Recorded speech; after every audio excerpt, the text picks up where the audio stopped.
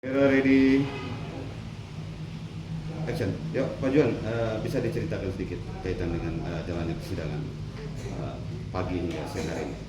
Baik, selamat pagi semua. Ya, pagi ini kami selesai mengikuti sidang ya, gugatan PMH perbuatan hukum yang dilakukan oleh yang pertama terduga satu Yohanes Rosanai, terduga dua Polsek Ambe atau Polres Ngada, yang ketiga Kejaksaan Negeri Ngada. Dalam kasus ini, ya, agenda sidang siang ini sesuai jadwal agenda pembuktian.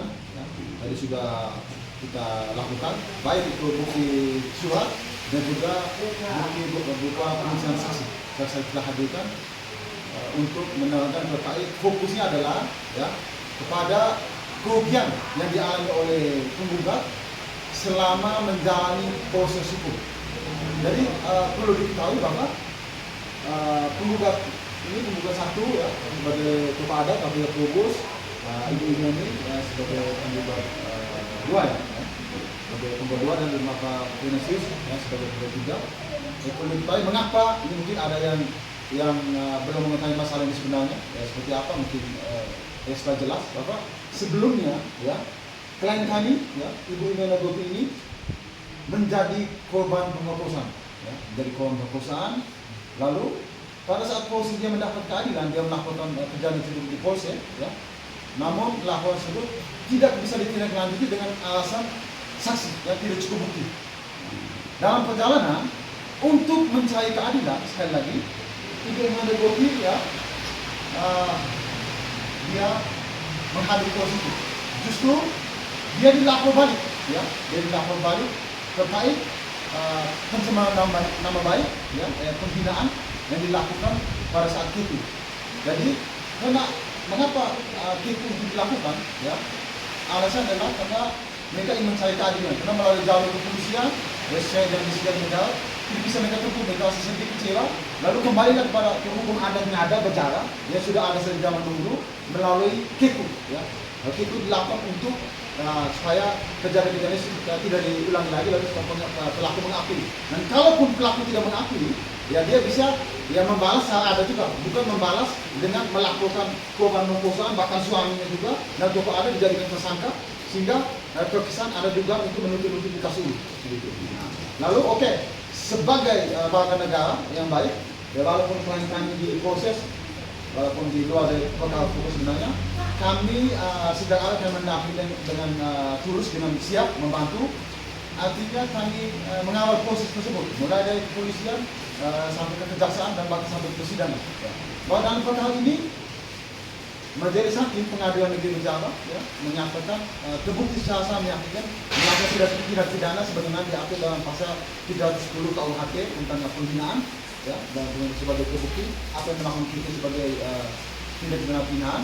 Namun sebagai kuasa hukum kami terus berjuang dan berusaha ya, kami melakukan upaya hukum banding sebagaimana ketentuan hukum, dan ternyata puji Tuhan ya di tindak banding artinya klien kami ya dalam bahasa ini menang lah ya. Jadi mereka dinyatakan tidak terbukti melakukan bersalah karena Majelis Hakim Pengadilan Tinggi Tindak Banding mengakui bahwa KIKU itu adalah hukum adat yang mesti dihormati dan dilestarikan. Namun setelah perkara ini selesai dan kita bebas, bukan berarti masalah selesai. Sebagai warga negara, ya, kami tidak tinggal diam, kami melakukan gugatan perbuatan melawan hukum. Dan kemarin sudah agenda sudah banyak, mulai dari pembahasan gugatan, mediasi, pembahasan gugatan, penjara. Ya walaupun kita karena kemarin secara online, itu di tahun publik kami sampai ke juga, Bapak gugatan kami itu fokus pada kerugian. Karena selama dia menjalani proses hukum, tentunya ada biaya dia naik ojek, makan minum, lepas pekerjaan itu dia ke pengadilan, ke polisi dia tidak pakai jalan kaki ya, cuma pakai biaya. Itu yang kita buat, kita ada kerugian.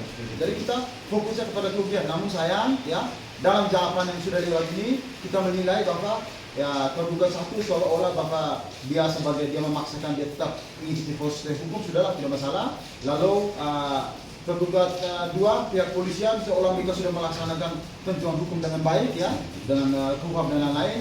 Tergugat tiga juga sama, kejaksaan sudah melakukan penelitian bahkan sampai ke penuntutan dan juga dakwaan yang sampai ke penuntutan. Ya kami pikir mereka tetap berdalih bahwa sudah melakukan ketentuan hukum baik. Jadi bagi kami ya, kami tidak memaksa menghina institusi polisian. kejaksaan ataupun masyarakat sebagai pelaku atau korban tadi, kami sini hanya menghargai posisi hukum dan kami berpendapat semua jawaban-jawaban disampaikan oleh tergugat itu adalah jawaban sampah ya. Kami mohon maaf kami katakan sampah. Karena alasannya apa? Karena jawabannya itu semua ada pada putusan banding ya. Klien kami sudah dinyatakan bebas. Artinya semua dilakukan oleh penggugat, memberikan tuduhan palsu, kami anggap laporan palsu. Dan yang kedua, apa yang dilakukan oleh oleh tergugat dua dari polisian ya, melakukan menetapkan tersangka dan lain, kami anggap itu juga sudah bertentangan dengan hukum ya, salah menerapkan hukum. Jadi kami anggap itu, makanya kami anggap sampah. Terus termasuk kejaksaan juga salah membuat dakwaan dan tidak sesuai dengan fakta hukum sebenarnya, karena mereka tidak memahami hukum adat yang ada. Jadi sekali lagi, izin Pak Yuan, ya, silakan. bisa diuraikan tergugat satu pihaknya per pihaknya, tergugat Baik. satu, tergugat dua. Tergugat satu sejak awal sudah disampaikan Yohanes Osanai ya, yang awalnya adalah kita diduga kuat sebagai pelaku pemerkosaan. Yang kedua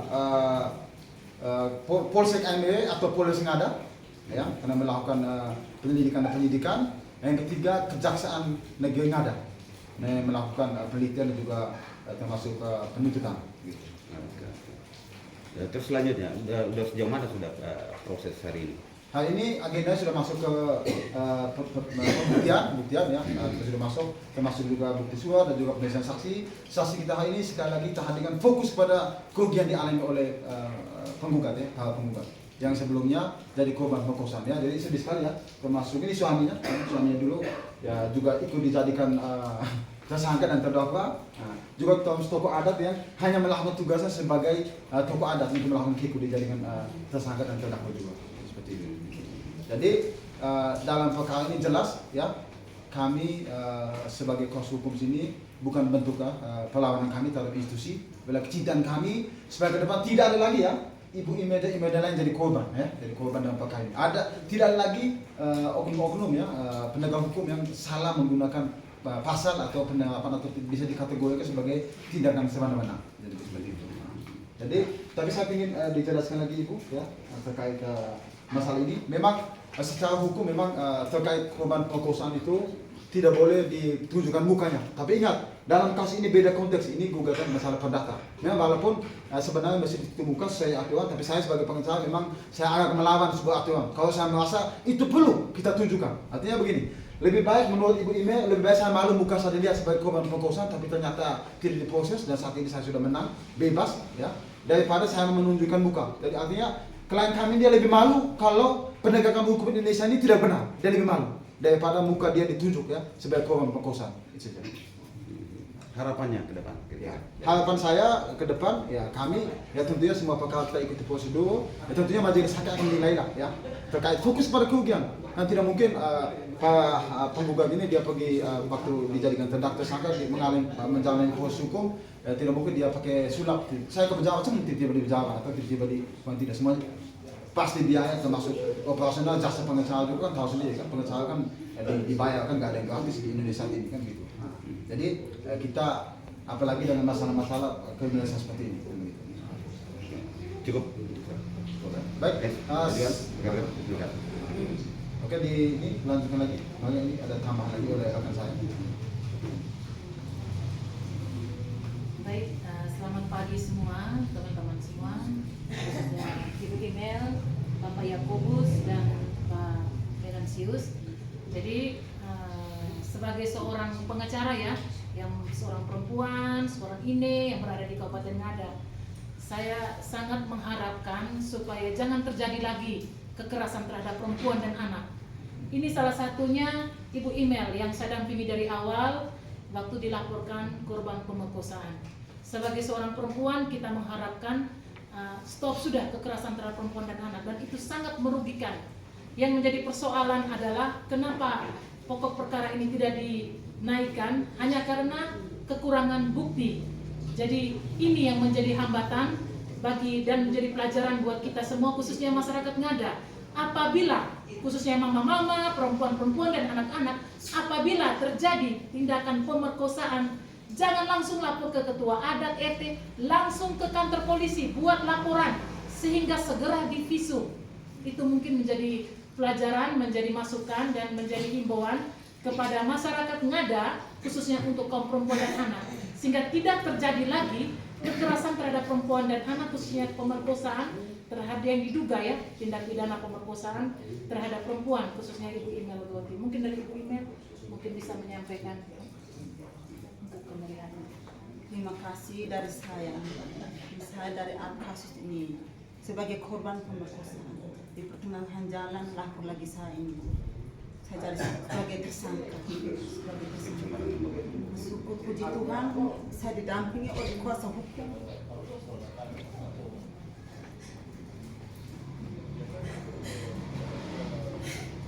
Karena saya tidak ada apa kuasa hukum ini tidak punya peduli dengan saya.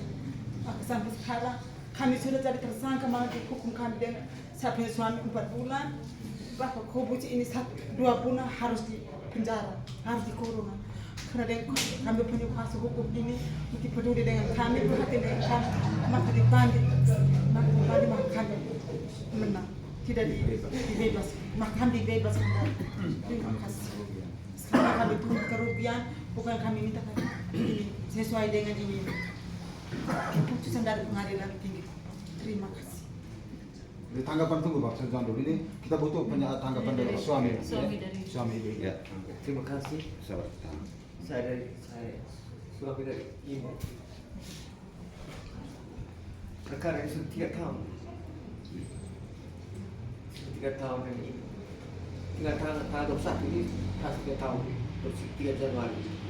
Terus 20 Januari. Memang keadaan kami seperti ini sudah.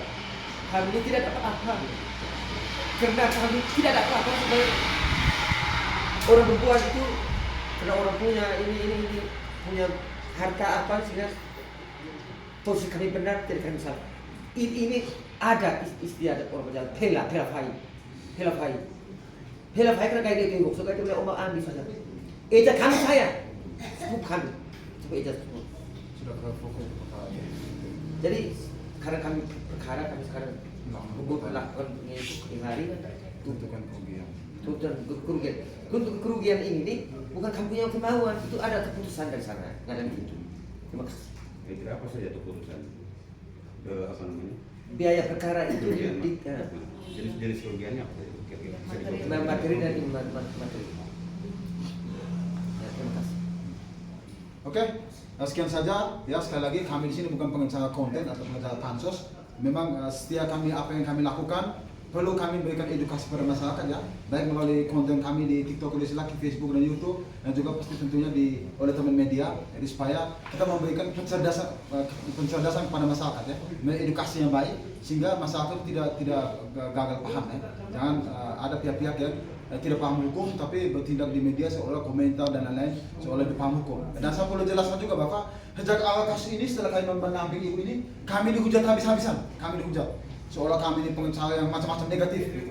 Nah, seolah ada ahli hukum yang diutus Tuhan yang paling tahu tentang hukum, lalu kami dihujat habis-habisan, tapi kami tetap sabar ya, tetap berjuang dan akhirnya bisa membantu dan ini bukti. Jadi begitu ya. Jadi saat ini kami sekali lagi kami tegaskan, saat ini kami sedang menggugat pihak masyarakat sebagai korban awal tadi penggugat sama bilang pihak yang membuat pengaduan palsu, termasuk juga kepolisian dan kejaksaan yang ada institusi negara ya. Itu adalah kecintaan kami ya terhadap institusi negara kepada Indonesia supaya ke depan lebih baik ya. Bahkan termasuk saat ini sama tegaskan lagi ya, ada netizen ya yang menyampaikan bahwa saya takut TNI selama ini saya menghilang kabur ke Java ya. Tidak, karena ada gugatan, kami sudah melakukan gugatan di Kupang ya, menggugat institusi TNI, pejabat TNI. Itu karena saat ini saya datang untuk membantu ya menangani perkara di Java ya, bukan saya menghilang ya, meninggalkan Kupang karena menghilang ya, karena kantor saya juga tahu sendiri lah gitu, bukan di NTT kantor saya berada di ibu kota DKI Jakarta gitu. Oke, nah sekian saja, salam keadilan, tetap semangat.